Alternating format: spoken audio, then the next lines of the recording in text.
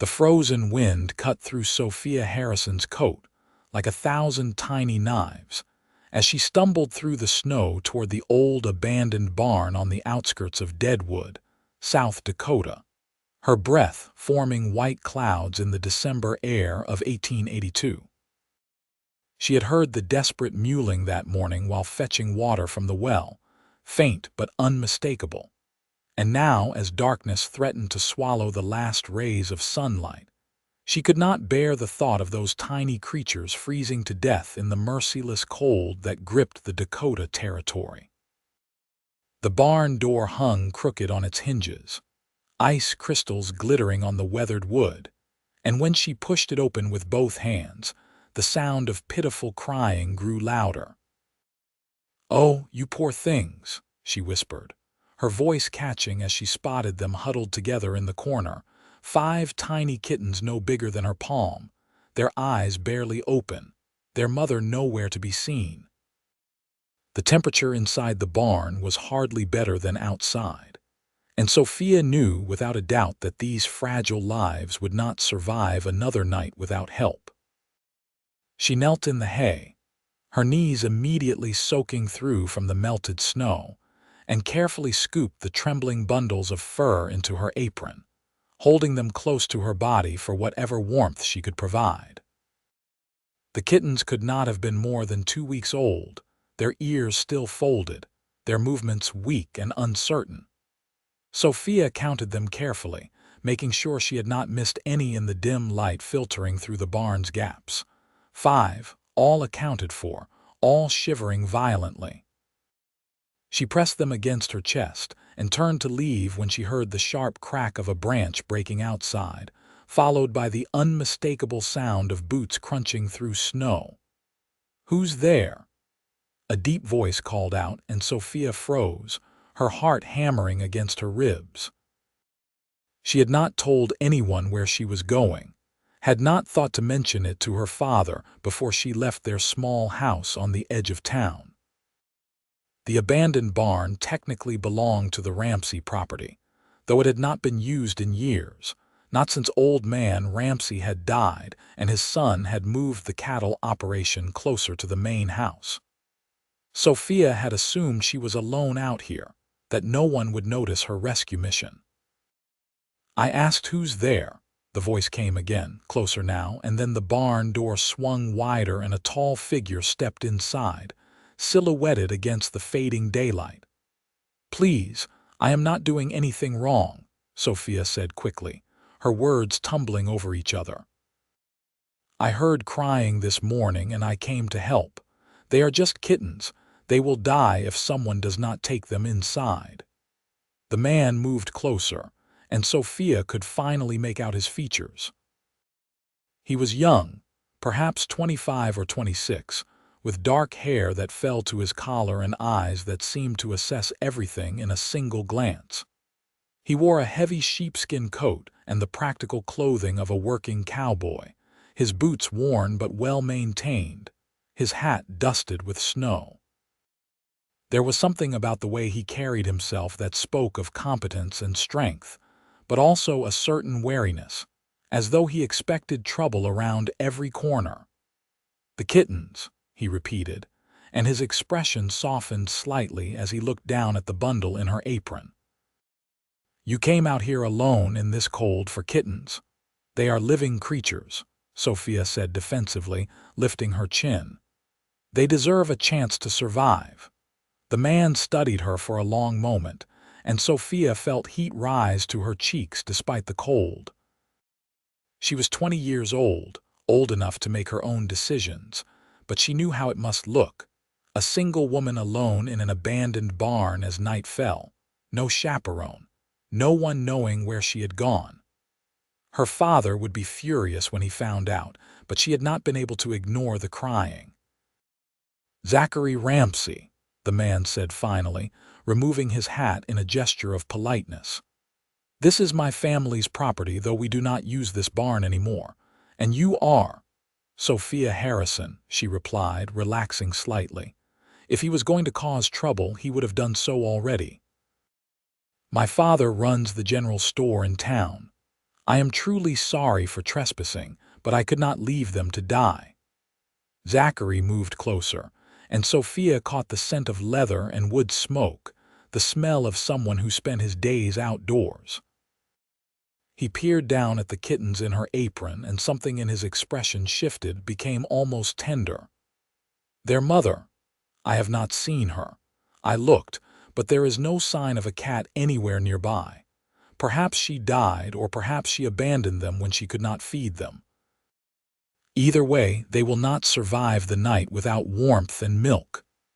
Zachary was quiet for a moment, his brow furrowed in thought. Then he looked around the barn, taking in the gaps in the walls, the broken windows, the general state of disrepair. "You are right about that. This place is not fit for anything living in this weather. Come on, I will help you get them back to town." "You will?" Sophia could not keep the surprise from her voice. "I am not about to let you walk back alone in the dark, and I am certainly not about to let these little ones freeze." He glanced at her face, and for the first time she saw the hint of a smile. "Besides, my mother always said that how a person treats animals says everything about their character. You have got a good heart, Miss Harrison, coming out here like this." The warmth that spread through Sophia's chest had nothing to do with the kittens pressed against her. She found herself smiling back, despite the cold, despite her wet knees and numb fingers. "Thank you, Mr. Ramsey. That is very kind of you." "Zachary," he corrected. "And it is just practical sense. Now, give me those kittens for a moment." Sophia hesitated, then carefully transferred the tiny bundles to his larger hands. Zachary held them with surprising gentleness, tucking them inside his coat where they would be warmer. Then he shrugged out of the coat entirely and handed it to her. "Put this on, you are shivering." "But then you will be cold," Sophia protested, even as her frozen fingers reached for the garment. "I will survive. You are soaked through and half frozen already. Put it on, please." The coat was wonderfully warm, still holding his body heat, and Sophia wrapped it around herself gratefully. Zachary carefully placed the kittens back in her arms, now insulated by the thick sheepskin, and then removed his own vest, creating a sort of nest for the tiny creatures. They seemed to sense the increased warmth, and their crying diminished to soft mewls. "Can you ride?" Zachary asked, and when Sophia nodded, he continued, "Good. My horse is just outside. It will be faster than walking, and these little ones need to get warm as quickly as possible." Outside, a beautiful bay gelding stood patiently, its breath steaming in the cold air. Zachary mounted first, then reached down to help Sophia up behind him. She had ridden before, of course, but never like this. Never seated behind a man with her arms wrapped around his waist to keep from falling, the kitten secure between them. It felt shockingly intimate, and she was grateful for the darkness that hid her burning cheeks.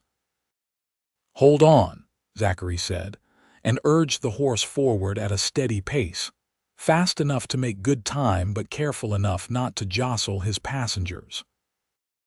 As they rode through the snow-covered landscape toward the distant lights of Deadwood, Sophia found herself acutely aware of everything about the man in front of her.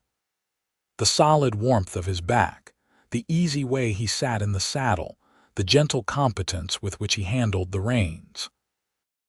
She barely knew him, had only heard his name mentioned once or twice in town, usually in connection with the Ramsey cattle operation that supplied much of the territory with beef.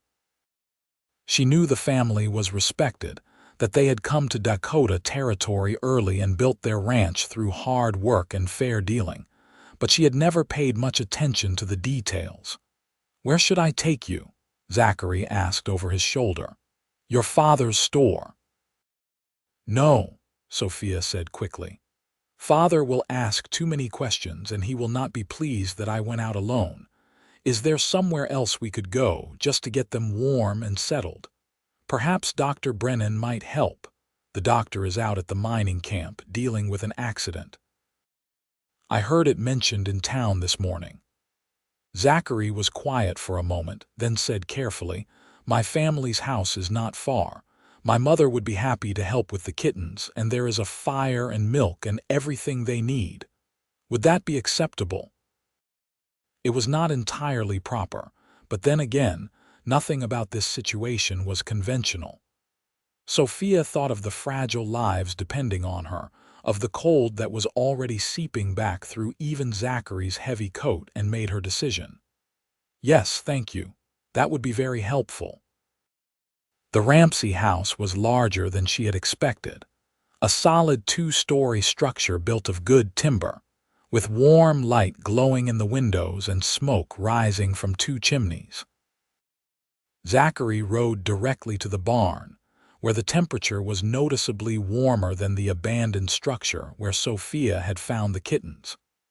Inside, several horses occupied clean stalls, and she could hear the lowing of cattle from a connected structure.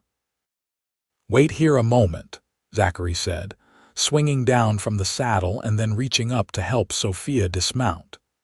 His hands were strong on her waist, and he held her a moment longer than strictly necessary, making sure she was steady on her feet before releasing her. "I will get some supplies and let my mother know we have guests."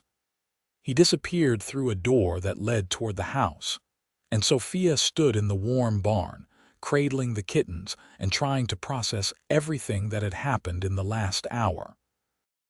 The little creatures were still alive, still crying weakly for food and comfort, and she murmured soft reassurances to them, promising that help was coming. Zachary returned quickly, followed by a woman who could only be his mother. She was perhaps 50, with streaks of gray in her dark hair and the kind of weathered face that spoke of years spent in the Dakota sun and wind. But her eyes were kind and her smile genuine as she approached Sophia.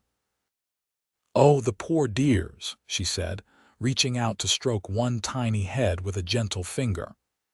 "Zachary told me what you did going out in the cold to save them. That takes courage and compassion, Miss Harrison. I am Martha Ramsey, and you are very welcome in our home." "Thank you, Mrs. Ramsey." "I am sorry to impose, but I did not know where else to go." "Nonsense. This is no imposition at all. Come, let us get these babies inside by the fire. Zachary, bring that basket from the tack room, the one lined with wool, and fetch the smallest feeding bottle from the kitchen." The next hour passed in a flurry of activity. Martha Ramsey proved to be as competent with animals as her son, and together they created a warm nest for the kittens near the kitchen hearth, mixing milk with a bit of egg and honey to approximate what their mother would have provided. The kittens were too young to lap from a dish, so they had to be fed individually with a small bottle, a process that required patience and care. Sophia found herself working alongside Zachary, their hands occasionally brushing as they passed kittens back and forth, as they adjusted the blankets, as they tested the temperature of the milk. He had removed his outer shirt and rolled up his sleeves, revealing strong forearms tanned from outdoor work, and Sophia had to force herself to focus on the task at hand rather than staring. "This one is particularly stubborn," Zachary said with a hint of amusement, holding up the smallest kitten, a gray tabby that kept turning its head away from the bottle. "Come on, little fighter. You need to eat." "Here, try holding the bottle at a different angle," Sophia suggested, demonstrating with the black kitten she was feeding. "And sometimes if you stroke their throat very gently, it reminds them to swallow." Zachary followed her advice, and after a moment, the gray kitten latched onto the bottle and began to nurse enthusiastically. "You have done this before," he observed. "We had barn cats when I was young, before we moved to Deadwood. One of them died when her kittens were very small, and my mother taught me how to feed them by hand. 3 of the 5 survived." Sophia felt the old sadness of those losses, but also the pride of having saved the others. It is not easy, but it can be done if you are persistent and patient.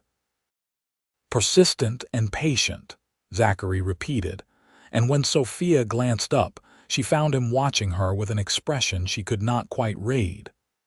I think those words describe you well, Miss Harrison. You did not give up on these kittens, even when it would have been easier to leave them to their fate. The sincerity in his voice made Sophia's breath catch. She was used to being overlooked, the quiet girl who worked in her father's store, who kept her head down and did her duties without complaint. She was not beautiful like some of the other young women in Deadwood, with their fashionable dresses and elaborate hairstyles. Her hair was a simple brown, her figure unremarkable, her face pleasant but not memorable. Yet Zachary was looking at her as though she was remarkable, as though her actions meant something. Anyone would have done the same, she said softly. No, Zachary replied firmly. Most people would have walked away, would have told themselves it was not their problem. You did not. That matters. Martha returned from the kitchen with more warm milk and a satisfied expression. They are all eating well, which is a very good sign. They are cold and hungry and frightened, but I think with proper care they will survive. You did well to bring them in when you did, Miss Harrison. Another few hours and it would have been too late. I could not have done it without your son's help, Sophia said. He insisted on making sure we got here safely. That sounds like my Zachary, Martha said with obvious pride. His father raised him to look out for those who need help, whether they have 2 legs or 4. Speaking of which, you should stay for supper, Miss Harrison. It is already dark outside, and it would not be safe for you to travel back to town alone. We have plenty of food, and you can send word to your father that you are safe. Sophia hesitated. She knew her father would worry, but she also knew that refusing Martha's hospitality would be rude, and truthfully, she did not want to leave yet. There was something about this warm kitchen, about the gentle care being given to the kittens, about Zachary's steady presence beside her, that made her want to stay just a little longer. If it would not be too much trouble, I would be grateful, she said finally. No trouble at all. Zachary, ride into town and let Mr. Harrison know his daughter is safe with us and will return after supper. Take the wagon so you can bring her home properly. Zachary looked like he wanted to protest, perhaps to suggest a different arrangement, but his mother's expression brooked no argument. Yes, madam, he said, setting down the kitten he had been feeding and reaching for his coat. I will be back soon. After he left, Martha settled into a chair near the fire and picked up one of the kittens, stroking its tiny head with practiced gentleness. My son is a good man, Miss Harrison. Sometimes too serious, too focused on work and responsibility, but good through and through. His father died 3 years ago, and Zachary took over running the ranch when he was barely old enough to shave. He has carried a heavy burden, but he has never complained, never shirked his duty. Sophia was not sure how to respond to such personal information, but Martha seemed to expect no answer, continuing in the same conversational tone. I worry about him sometimes, that he works too hard and forgets to have a life beyond the cattle and the land. A young man should have friends, should have fun, should court a nice girl and think about building a family of his own. But Zachary just keeps working, keeps pushing himself, as though he has something to prove. He seems very dedicated, Sophia offered carefully. Dedicated, yes. Stubborn also, yes, Martha smiled. But I saw the way he looked at you tonight, the way he made sure you were warm and safe. I have not seen that expression on his face in a very long time, if ever. It gives me hope. Sophia felt her cheeks burning and was grateful for the dim lighting. Mrs. Ramsey, I am sure you are mistaken. Your son was simply being kind. Perhaps, Martha said, but her smile suggested she thought otherwise. Tell me about yourself, Miss Harrison. Your father runs the general store, I know, but what about you? What do you do when you are not rescuing kittens from frozen barns?" They talked while they fed the kittens, and Sophia found herself opening up in a way she rarely did. She told Martha about her mother, who had died of fever 5 years ago, about how she had taken over managing the household and helping in the store, about her love of reading and her secret dream of one day having a small farm where she could raise animals. Martha listened with genuine interest, asking questions and sharing stories of her own, and by the time Zachary returned, Sophia felt as though she had known this kind woman for years rather than hours. "Your father was concerned but understanding," Zachary reported, stamping snow from his boots at the door. "I explained what happened and assured him you would be home safely after supper. He asked me to tell you that he is proud of you for helping the kittens." Relief flooded through Sophia. She had worried that her father would be angry, would think her actions reckless and improper, but apparently the rescue had touched his heart as well. "Thank you, Zachary. I appreciate you speaking with him." Supper was a simple but hearty affair of beef stew and fresh bread, eaten at the large kitchen table while the kittens slept in their basket by the fire. There was another man present, introduced as Frank, who helped run the ranch and lived in a small cabin on the property. He was older, perhaps 60, with a grizzled beard and hands gnarled from decades of hard work, but he had a gentle demeanor and a dry sense of humor that made Sophia smile. "So you are the kitten rescuer," Frank said, ladling stew into his bowl. Zachary was quite worked up when he rode in, talking about a young woman who had braved the cold alone to save some strays. "I told him he better make sure you got home safe, or his mother would have his hide." "I would have done no such thing," Martha protested, but her eyes twinkled with amusement. "Though I certainly would have expressed my disappointment." "Which is worse than any hiding," Zachary said, and the affection in his voice when he spoke to his mother was unmistakable. The conversation flowed easily, touching on everything from the weather to the recent statehood movements in the territory, to the new families arriving in Deadwood each week. Sophia contributed when she could, sharing news from the store, but mostly she listened and watched, fascinated by the easy rapport between these people who clearly cared for one another. When the meal was finished and the dishes cleared away, Zachary brought the wagon around to the front of the house.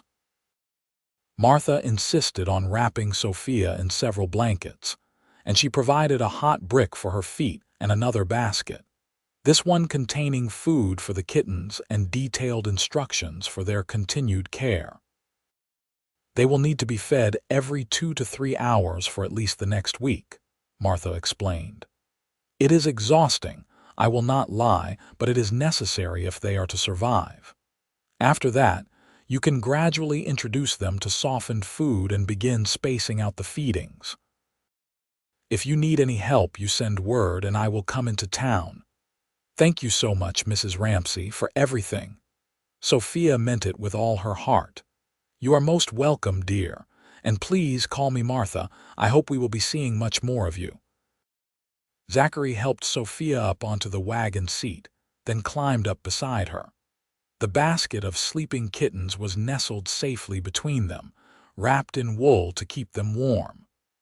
Martha waved from the doorway as they pulled away, her figure silhouetted against the warm light from inside. The ride to town was quiet at first, just the sound of the horses' hooves in the snow and the creak of the wagon wheels.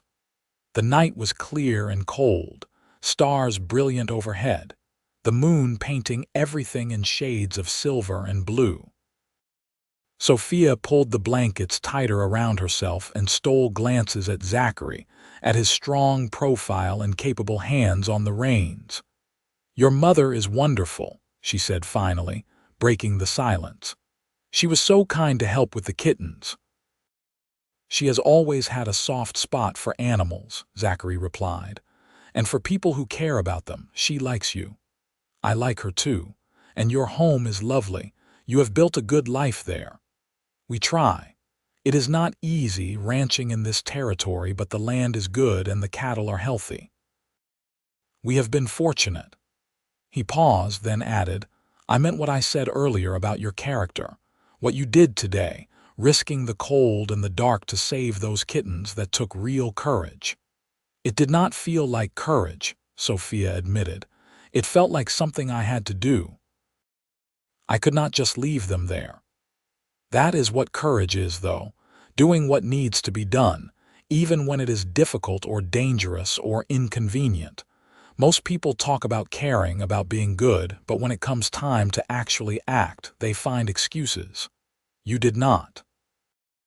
The admiration in his voice made Sophia's heart race. She was not used to being seen this way, to having someone notice her actions and value them. It was intoxicating and terrifying all at once. "Will you keep them all?" Zachary asked. 5 cats is quite a responsibility, especially on top of helping your father at the store. "I will keep as many as I can manage," Sophia said. "Perhaps I can find good homes for some of them once they are old enough, but I will not give them to just anyone. They will have to prove they will care for the animals properly." "Persistent and patient," Zachary said again. And this time Sophia heard something else in his voice, something warm and wondering. "Miss Harrison, would it be terribly forward of me to ask if I might call on you sometime?" "Not for the kittens, though I would be happy to help with their care, but for you. I would like to get to know you better." Sophia's breath caught in her throat. She had not expected this, had not dared to hope that the connection she felt was mutual. "I would like that very much," she managed to say, her voice barely above a whisper. "Good," Zachary said, and even in the dim light she could see his smile. "Then I will come by the store tomorrow, if that is acceptable. Perhaps we could take a walk, weather permitting." "That would be wonderful." They rode the rest of the way in companionable silence, but everything felt different now, charged with possibility and promise.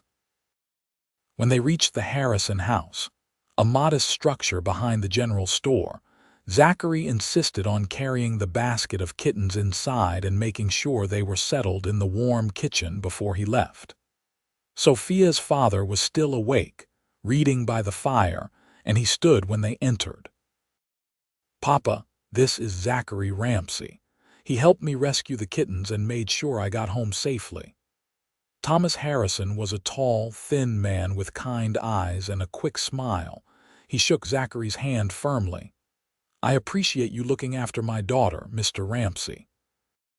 She has a good heart, but sometimes it leads her into situations that require a cooler head. Your daughter showed remarkable courage and compassion today, sir. It was my privilege to assist her."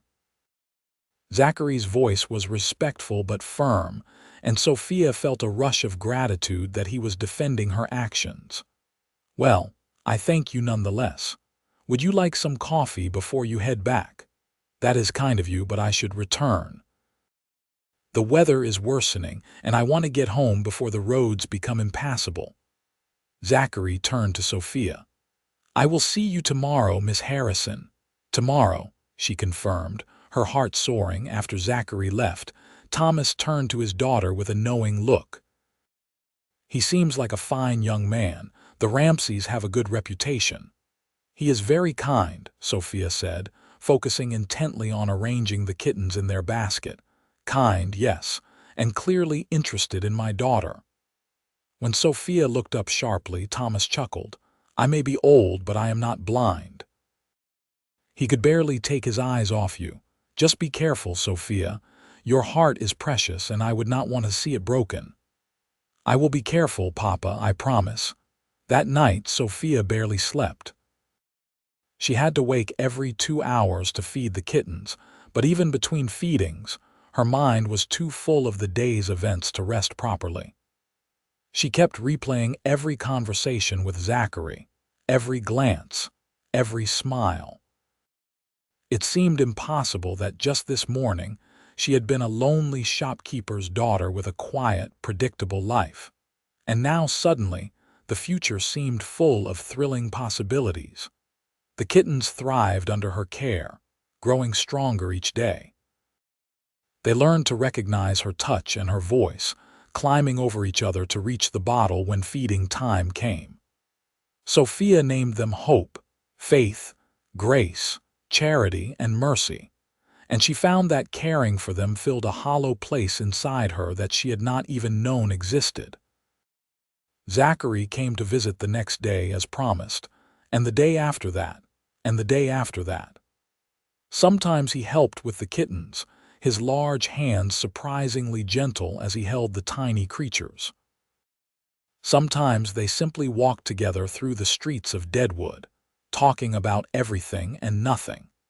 He told her about his dreams for the ranch, about wanting to improve the breeding stock and expand into new territory. She told him about her love of books, about the stories she read late at night when the store was closed and the world was quiet. The town took notice, of course.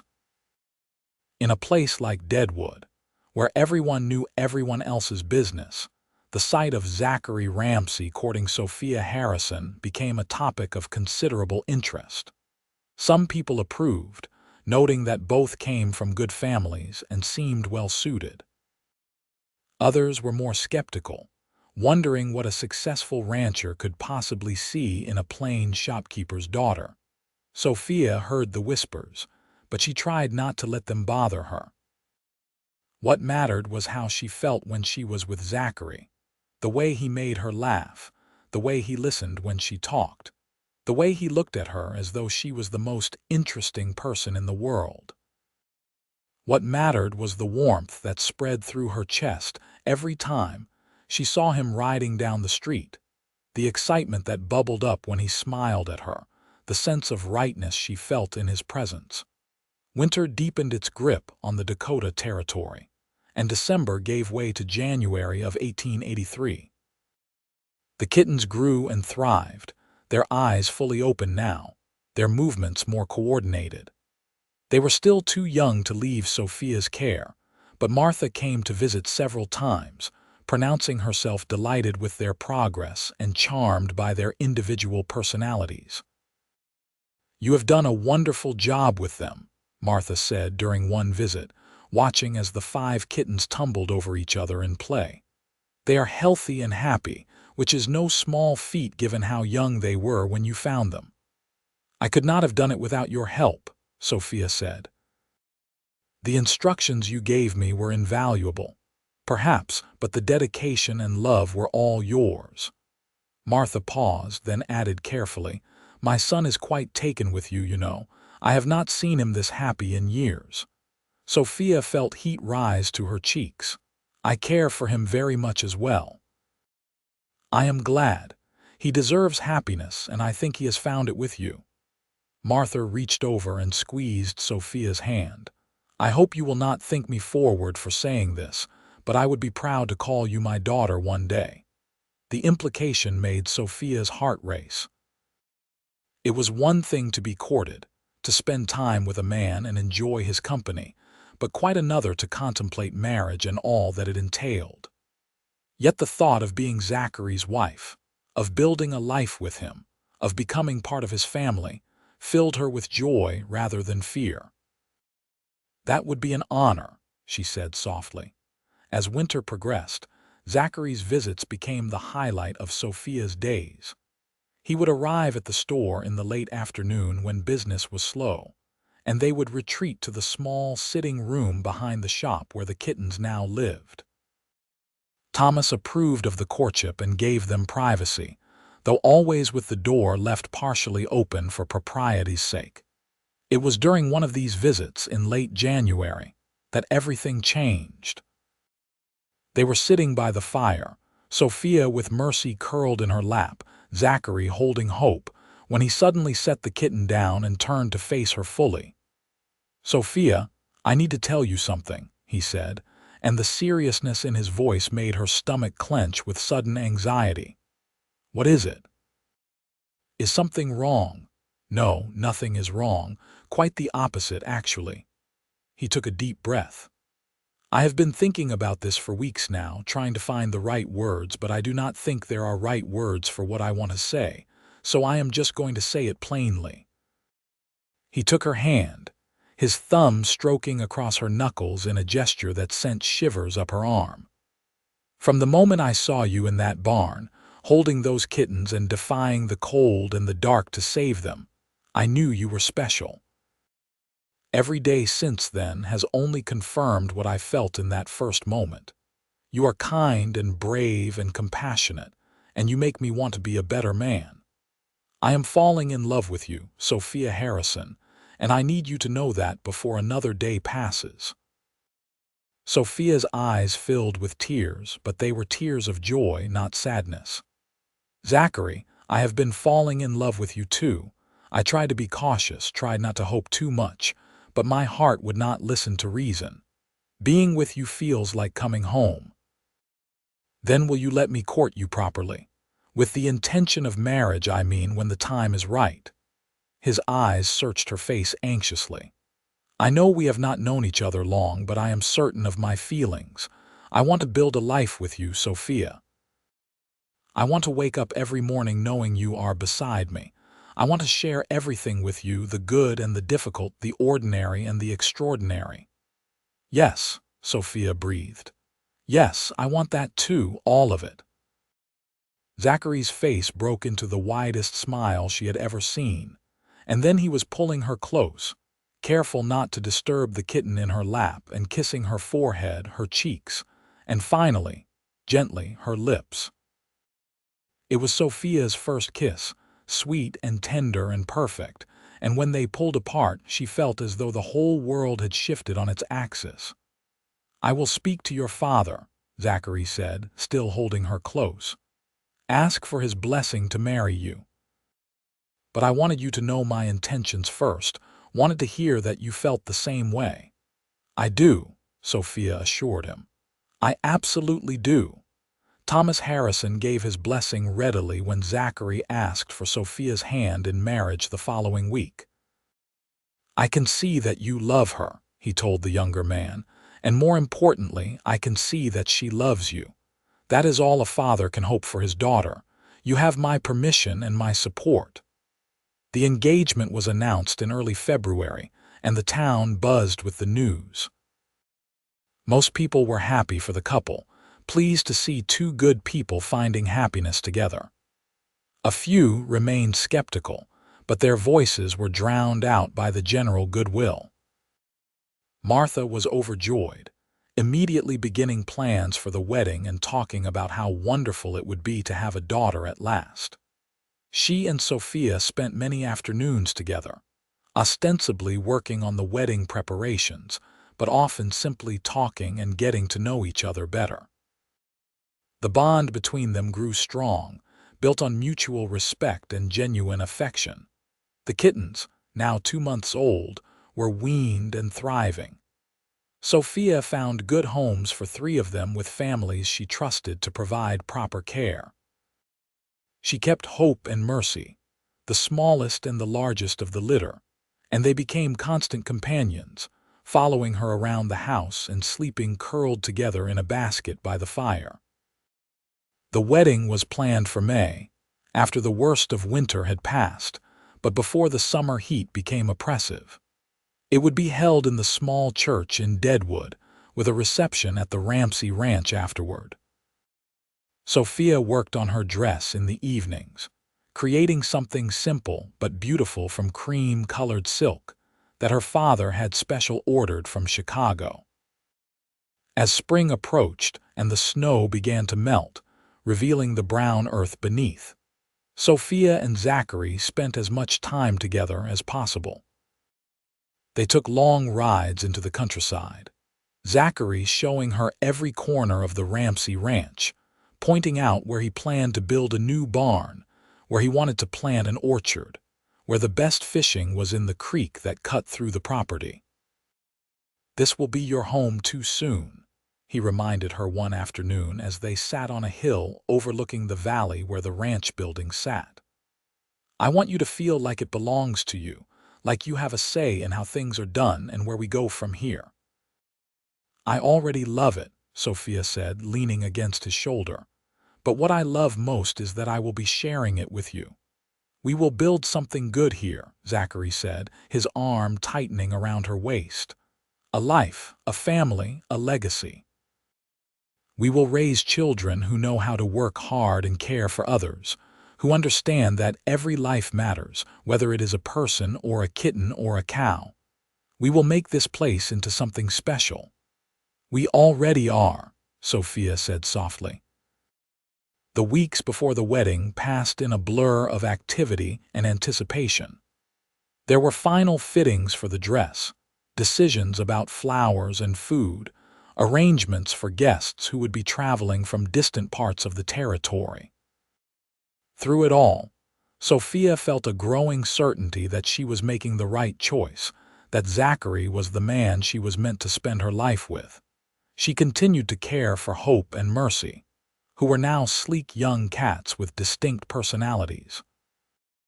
Hope was adventurous and bold, always the first to investigate anything new, while Mercy was more cautious but deeply affectionate, preferring to spend her time curled in Sophia's lap. They would both come to the ranch with her, of course, a living reminder of the night that had changed everything. In late April, just 2 weeks before the wedding, Zachary appeared at the store with an unexpected request. "I want to show you something," he said, his eyes bright with excitement. "Can you come with me for a few hours?" Sophia looked to her father, who waved her away with a smile. "Go on. I can manage here." They rode out to the ranch, but instead of stopping at the main house, Zachary guided his horse toward a small rise about half a mile away. As they crested the hill, Sophia gasped. There, nestled among a grove of young cottonwood trees, was a house. Not a large house, but a real home with glass windows and a covered porch and smoke already rising from the chimney. "What is this?" she asked, her voice full of wonder. "Our house," Zachary said, dismounting and helping her down. "I have been building it for the past 3 months, with help from Frank and some of the other hands. I wanted us to have our own space, somewhere that was just ours, even while we are still part of the ranch. Mother understands and she approves. She says every couple needs their own place to start their life together." Sophia walked toward the house as though in a dream. It was perfect, absolutely perfect, with care and love evident in every detail. Zachary had built a railing around the porch, had planted flowers that were just beginning to bloom, had even included a special window in the kitchen that would catch the morning sun. Inside was even better. The main room had a beautiful stone fireplace, and the furniture, though simple, was well made and comfortable. There was a bedroom with a large bed covered in a quilt that Sophia recognized as Martha's handiwork, and a second smaller room that Zachary said could be for children when they came. The kitchen was equipped with everything necessary, and there was even a small study where Sophia could keep her books. "Zachary, this is incredible," she breathed, turning in a slow circle to take it all in. "You built this for us. I wanted you to know that I am serious about our future, about building a life together. This house is my promise to you, Sophia. A promise that I will always work to give you the best I can, that I will always put our family first, that I will love you and care for you for as long as I live." Sophia threw her arms around his neck, tears streaming down her face. "It is the most wonderful gift anyone has ever given me. Thank you so much." He held her close, his face buried in her hair. "You gave me something far more valuable when you trusted me enough to let me into your life. You gave me hope, Sophia. Hope that I could be more than just a rancher going through the motions, that I could have a real partnership, a real love. You are my hope, just like that little kitten." They stood there for a long time, wrapped in each other's arms, the future spreading out before them full of promise and possibility. The wedding day dawned clear and beautiful, the sky a brilliant blue and the air warm with the promise of summer. Sophia dressed in her cream silk gown, her hair arranged in soft curls pinned with flowers that Martha had helped her gather that morning. She looked at herself in the mirror and barely recognized the radiant young woman staring back. Was this really her, this happy, glowing bride? Her father knocked softly on the door. "Are you ready, Sophia? Everyone is waiting." "I am ready," she said, and meant it with all her heart. The church was full of well-wishers, friends, and neighbors who had come to celebrate the union, but Sophia barely noticed them. Her eyes were fixed on Zachary, who stood at the front in his best suit, his face reflecting the same joy and anticipation she felt.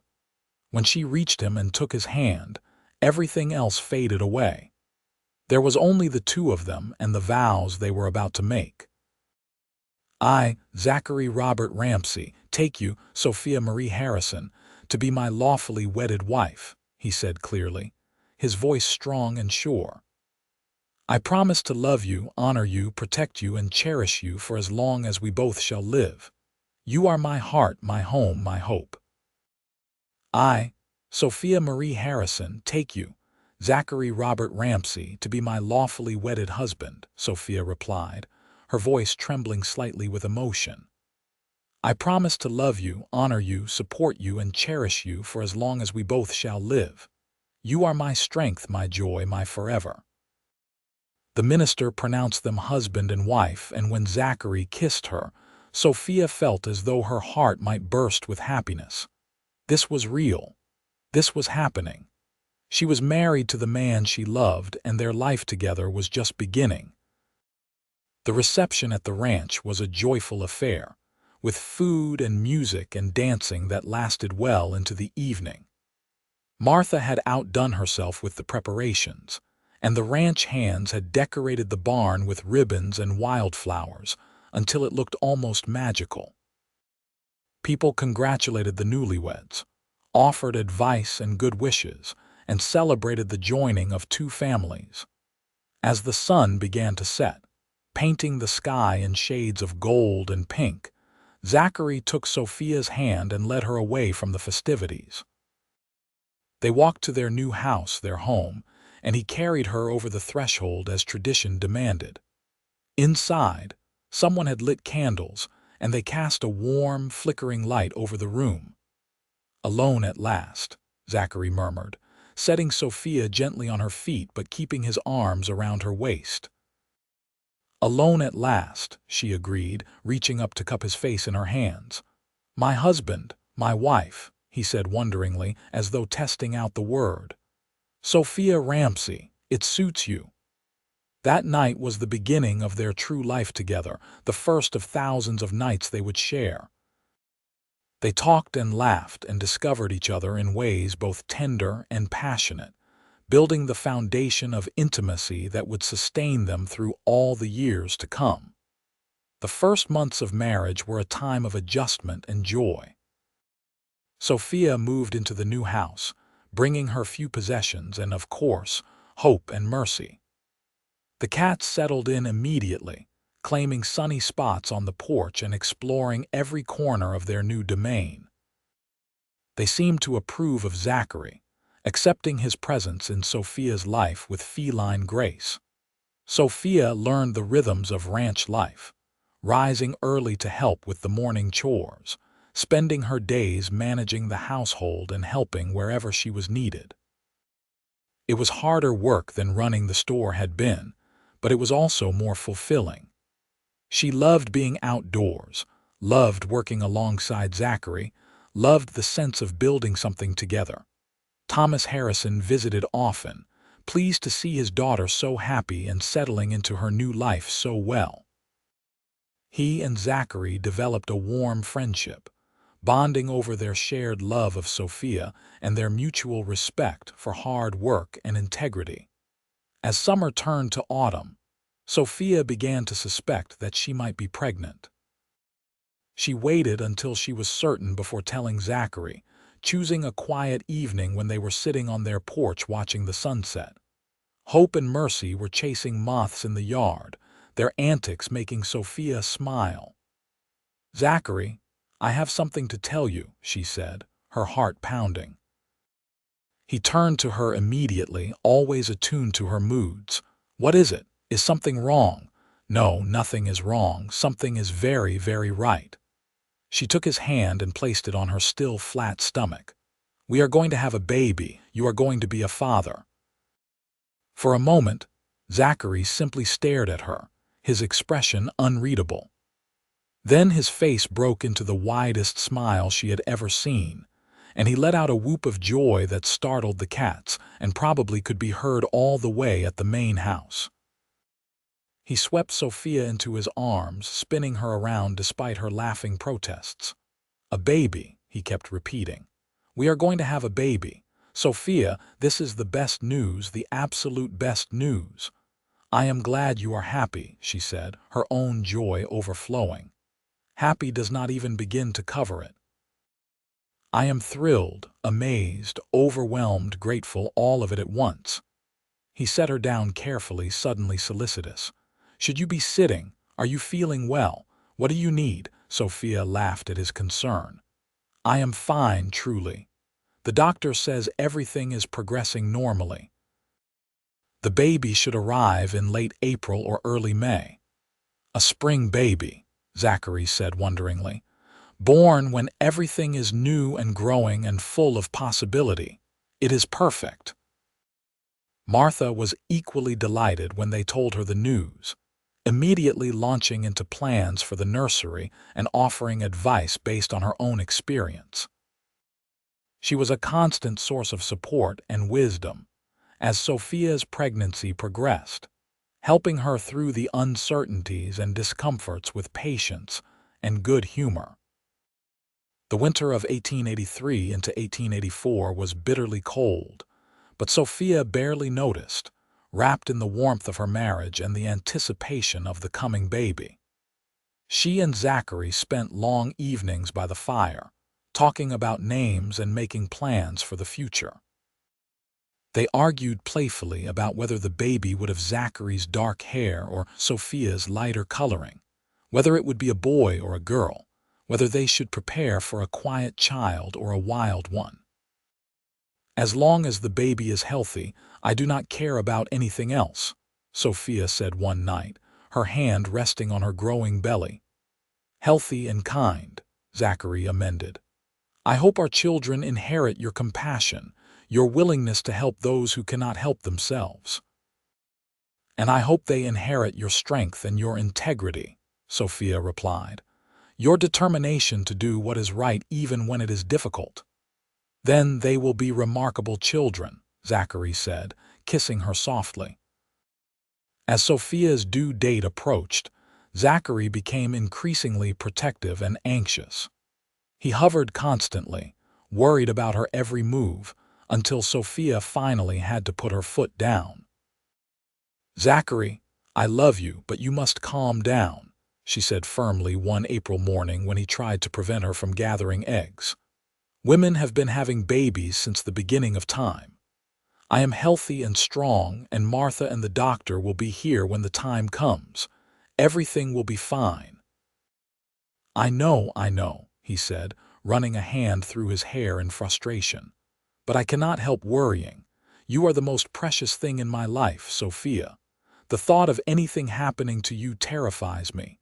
She softened at the raw vulnerability in his voice. "Nothing is going to happen to me. We will get through this together just like we get through everything else. Trust me." "I do trust you," he said. "I just wish I could do more, could somehow make this easier for you." "You already do so much," Sophia assured him. "You love me, you support me, you make me feel cherished every single day. That is all I need." On a warm evening in late April, as the first stars were appearing in the twilight sky, Sophia's labor began. It was a long and difficult process, lasting through the night and into the next day, but Martha was there throughout, offering encouragement and practical help. The doctor arrived at dawn, and Zachary paced the floor outside the bedroom, wearing a path in the wood as he waited for news. Finally, in the early afternoon of April 26, 1884, a baby's cry filled the house. Zachary burst into the room without waiting for permission, his eyes frantically searching for Sophia. She was propped up in bed, exhausted but radiant, holding a small bundle wrapped in white cloth. "A son," Martha announced with pride. "You have a son, Zachary, a strong, healthy boy with good lungs and all his fingers and toes." Zachary approached the bed as though in a dream, his eyes locked on the tiny face visible within the blankets. "He is perfect," he breathed. "Absolutely perfect." "Would you like to hold him?" Sophia asked, and carefully transferred the baby to his father's arms. Zachary held his son with infinite care, this rough cowboy transformed into something gentle and awed by the small life in his grasp. "Hello, little one," he murmured. "I am your father, and I promise I will do everything in my power to protect you and guide you and love you. You are already so loved, more than you could possibly know." Tears ran unashamedly down his weathered cheeks as he looked from his son to his wife. "Thank you, Sophia. Thank you for this incredible gift, for this miracle. I love you so much." "I love you too," Sophia said, her own eyes wet with happy tears. "What shall we name him?" They had discussed many names over the months, but suddenly Zachary knew exactly what was right. "Thomas," he said. "Thomas Zachary Ramsey, after your father, and to honor the family we are building, if that is acceptable to you." "It is perfect," Sophia agreed. "Welcome to the world, Thomas." Little Thomas thrived under the devoted care of his parents and the doting attention of his grandmother and grandfather. He was a happy baby, quick to smile and surprisingly good-natured, and he brought immeasurable joy to everyone around him. Hope and Mercy adopted him as their own, often sleeping near his cradle and purring loudly whenever he cried, as though trying to soothe him. The months passed in a blur of new experiences and small milestones. Thomas learned to focus his eyes, to reach for objects, to laugh at his father's silly faces. Sophia and Zachary navigated the challenges of new parenthood together, learning as they went, supporting each other through the sleepless nights and the moments of doubt. On Thomas's first birthday, the family gathered at the ranch for a celebration. The boy had grown into a sturdy toddler with his father's dark hair and his mother's gentle eyes, and he was beginning to toddle around on unsteady legs, exploring his world with fearless curiosity. Watching him, Sophia felt a sense of completion, of rightness, that brought tears to her eyes. "Are you all right?" Zachary asked quietly, coming to stand beside her. "I am more than all right," she said, leaning into his embrace. "I'm thinking about how much my life has changed in less than 2 years." If someone had told me back in December of 1882 that by now I would be married to a wonderful man, living on a beautiful ranch with a healthy son and another baby on the way, I would never have believed them. Zachary's arms tightened around her. "Another baby." "Another baby," Sophia confirmed, smiling at his expression of shock and joy. "Due in late November, the doctor thinks. Are you pleased?" "Pleased does not even come close to describing it," Zachary said, his voice rough with emotion. "You continue to amaze me, Sophia Ramsey. Every single day, you give me more reasons to be grateful for that cold December evening when I found you in my family's barn, rescuing kittens and changing my life forever." "It changed my life too," Sophia said. "In every possible way for the better. I did not know I could be this happy, Zachary. I did not know life could be this full and rich and meaningful." Their second child, a daughter they named Ruth Martha Ramsey after no one in particular, but with a name they both simply loved, arrived right on schedule in late November. She was smaller than Thomas had been, but equally healthy, with wisps of light brown hair and blue eyes that would eventually turn hazel. Thomas was fascinated by his baby sister, wanting to help with everything and constantly trying to share his toys with her, even though she was far too young to appreciate them. The family settled into new rhythms, adjusting to life with two young children. It was chaotic and exhausting and absolutely wonderful. Sophia had never worked harder in her life, but she had also never been happier. Every day brought new challenges and new joys, from Thomas's first words to Ruth's first smile to the everyday moments of family life that formed the bedrock of their happiness. The ranch prospered under Zachary's management, expanding its operations and gaining a reputation for quality cattle and fair dealing. He hired additional hands to help with the work, good men who were treated well and in turn gave their loyalty and their best effort. Sophia took charge of the household accounts and proved to have a good head for business, finding ways to economize without sacrificing quality and suggesting improvements that increased efficiency. Martha remained a constant presence in their lives, beloved grandmother and advisor, her wisdom and experience invaluable as Sophia and Zachary navigated parenthood and partnership.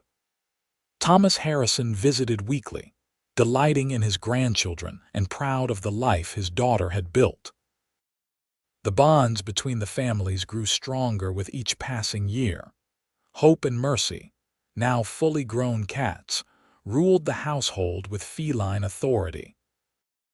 Hope still lived up to her adventurous name, often disappearing for hours to hunt mice in the barn or explore the ranch lands, while Mercy preferred to stay close to home, curling up with the children or following Sophia through her daily tasks. They were beloved members of the family, and the children learned early to treat them with gentleness and respect. As the years passed, more children came. A third son, David, arrived in 1886, followed by twin girls, Elizabeth and Sarah, in 1888. The house that had once seemed so spacious now rang with the sounds of childhood, with laughter and arguments and the patter of many small feet. Zachary and some of the ranch hands built an addition, creating more bedrooms and expanding the kitchen to accommodate their growing family. Through it all, the love between Sophia and Zachary only deepened. They had their disagreements, of course, moments of frustration and tiredness when patience wore thin, but they never went to bed angry and they never stopped communicating. They made it a point to spend time together, to remember that they were not just parents but partners, lovers, best friends. On clear nights, they would sit on the porch after the children were in bed, holding hands and talking about their day, about their dreams for the future, about the thousand small and large things that make up a life shared. You ever regret it? Zachary asked one such night when the children were tucked in bed and the stars were bright overhead. Marrying me, I mean, taking on all of this. He gestured toward the house, where evidence of 5 children was visible in every direction. Sophia looked at him in genuine surprise. Regret it? Zachary, how could you even ask that? This life we have built together is everything I ever wanted and so much more. You are everything I ever wanted. I love our chaos and our noise and our beautiful, exhausting, wonderful family. Even when Thomas puts a frog in Elizabeth's bed, and Sarah draws on the walls and David refuses to eat anything except bread, Sophia laughed. Even then, especially then, actually, because those moments are what make us real, what make us human. We are not perfect, none of us, but we love each other fiercely. That is what matters. I love you, Zachary said, pulling her close. I loved you from that first moment in the barn, and I love you more with every passing day. You are the best decision I ever made, Sophia Ramsey. And you are mine, she replied, kissing him softly. By 1890, the ranch was one of the most successful operations in the region, and the Ramsey name was synonymous with quality and integrity. Zachary had achieved everything he set out to do and more, but he knew that none of it meant anything without Sophia by his side. She was his partner in every sense of the word, contributing ideas and work and wisdom to every aspect of their life. The children grew, each developing their own personalities and talents. Thomas showed an early aptitude for working with animals and spent every spare moment in the barn with the horses and cattle. Ruth had her mother's compassionate nature and was always rescuing injured creatures and nursing them back to health. David was the dreamer, always reading when he could and talking about far-off places. The twins were inseparable, completing each other's sentences and sharing a bond that seemed almost mystical. One spring day in 1891, Sophia was working in the garden she had planted behind the house, pulling weeds and checking on the vegetables that were just beginning to sprout. Ruth was helping her, chattering about a bird's nest she had found, when Zachary came riding up the path with something clutched in his coat. "Sophia, Ruth, come quick," he called, and there was something in his voice that made them both hurry over. He dismounted and carefully opened his coat to reveal 3 tiny kittens, their eyes barely open, crying pitifully. "I found them in the old barn, the same one where you found Hope and Mercy," he said, looking directly at Sophia. "Their mother is dead, killed by a coyote from the looks of it. I thought perhaps history should repeat itself." Sophia felt tears prick her eyes as she took the kittens, their tiny bodies so fragile and helpless. "Oh, the poor dears. Yes, of course we will take care of them. Ruth, run to the house and get the basket and the feeding bottles. We know what to do." Ruth raced off, and Zachary put his arm around Sophia's waist, pulling her close despite the kittens between them. "I remembered that day so clearly when I saw them," he said quietly. "The day everything changed. The day I met the woman who would become my whole world." "I remember it too," Sophia said, looking down at the tiny lives depending on her once again. "I was so scared, so worried I would not be able to save them, but I tried anyway, because not trying was not an option." "Persistent and patient," Zachary said, echoing the words he had spoken so long ago. "Those words still describe you perfectly, and I am still in awe of you, still falling more in love with you every single day. Papa, are those kittens?"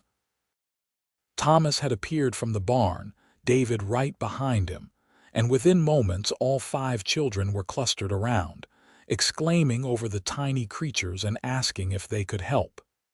"Yes, you can help," Sophia said, looking at her family, at these beloved faces surrounding her.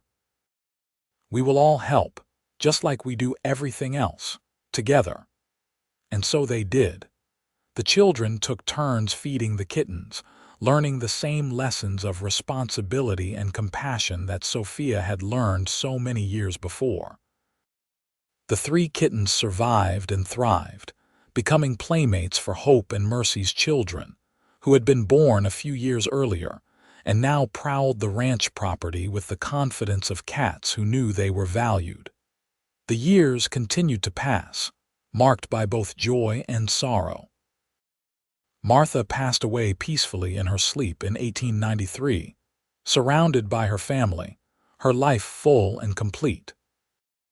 Her loss was deeply felt, but they took comfort in knowing she had lived to see her grandchildren grow, had known the happiness of family gatherings and holiday celebrations, had died knowing she was loved.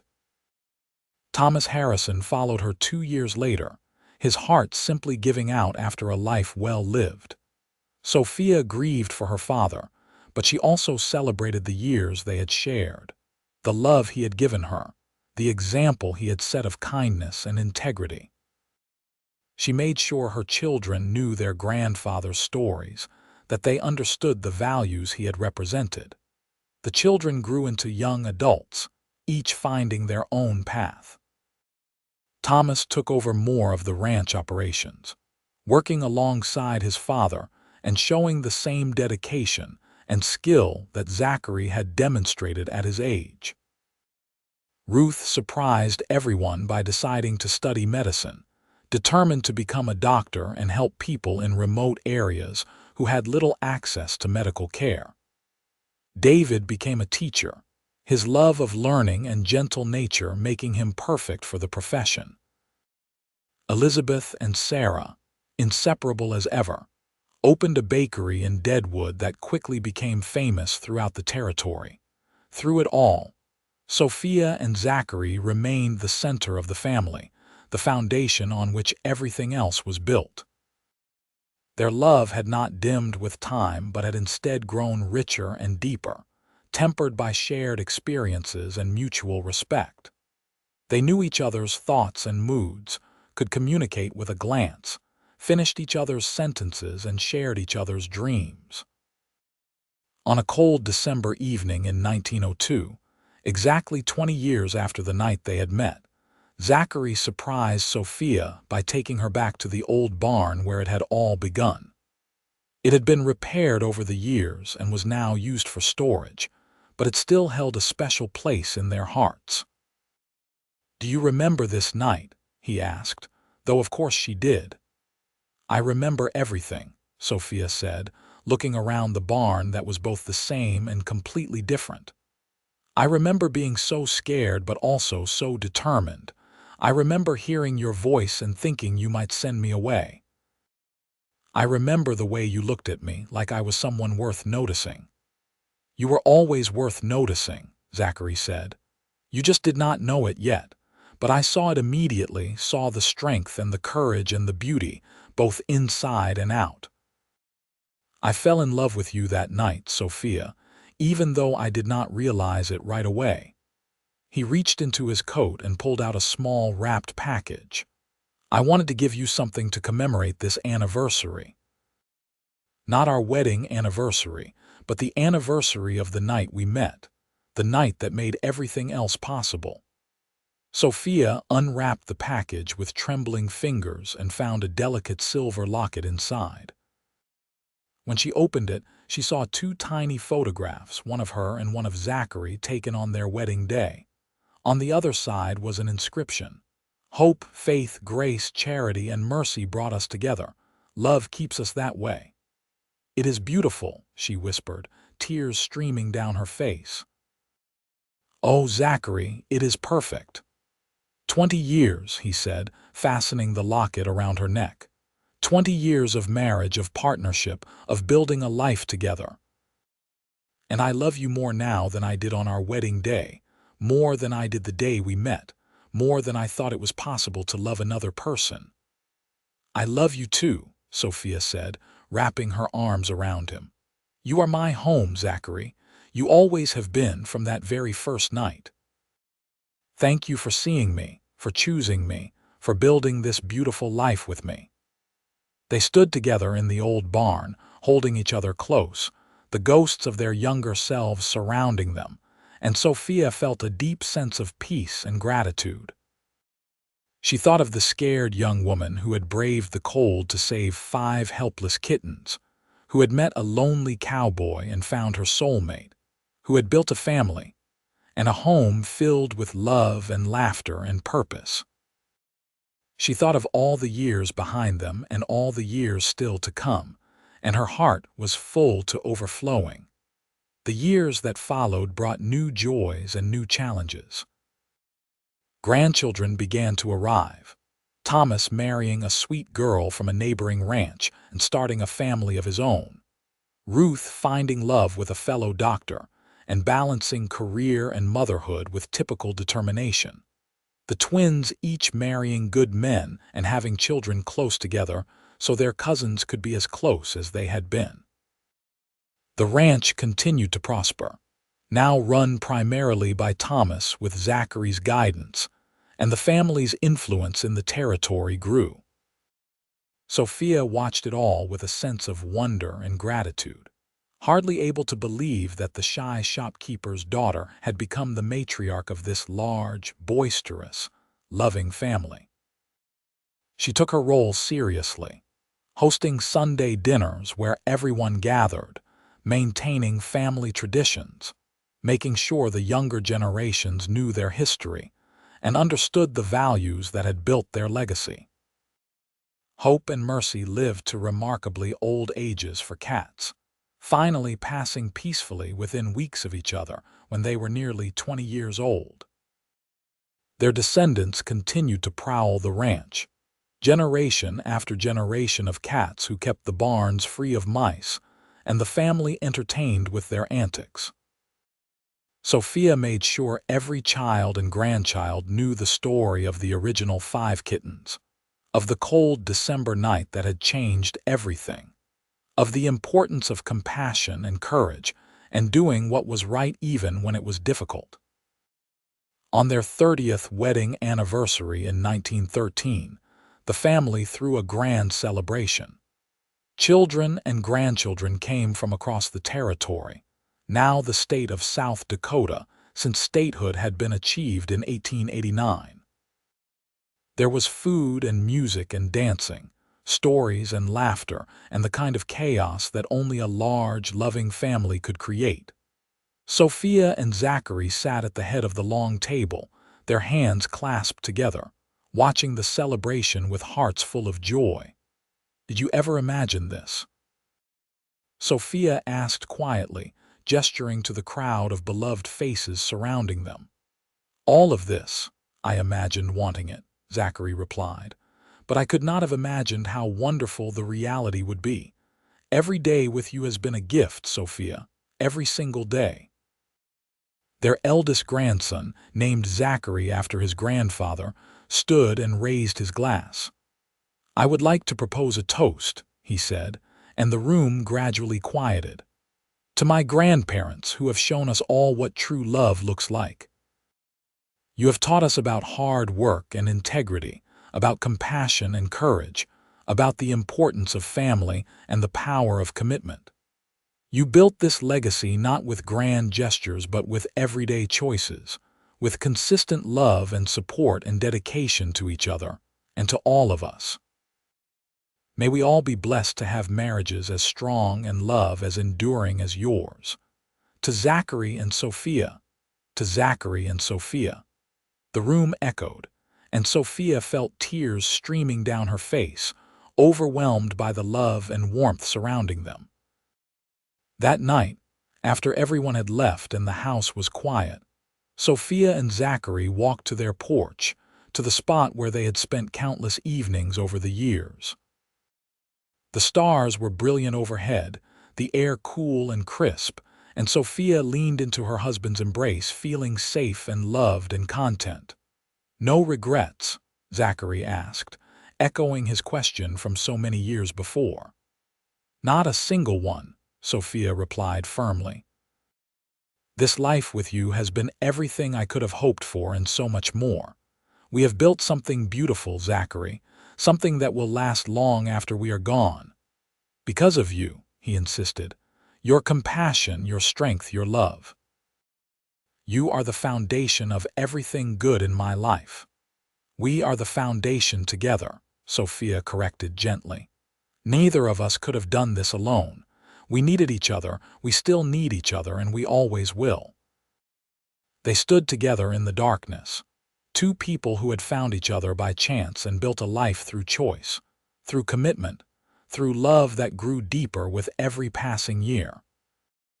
Around them, the ranch slept, generations of family and animals and memories woven into every building and fence post and tree. This was their legacy, built on the simple act of rescuing kittens from a cold barn, on a cowboy who had warmed that barn and warmed to the woman who had captured his heart. Sophia and Zachary lived many more years together, their love sustaining them through the changes and challenges that came with age. They celebrated more anniversaries, welcomed more grandchildren and eventually great-grandchildren, and continued to be the heart of their family. When they finally passed, within a few months of each other in the winter of 1925 and 1926. They left behind a legacy of love and devotion that would inspire generations to come. Their story became family legend, told and retold at gatherings and celebrations, a reminder that true love could be found in the most unexpected places, and that small acts of compassion could change the course of a life.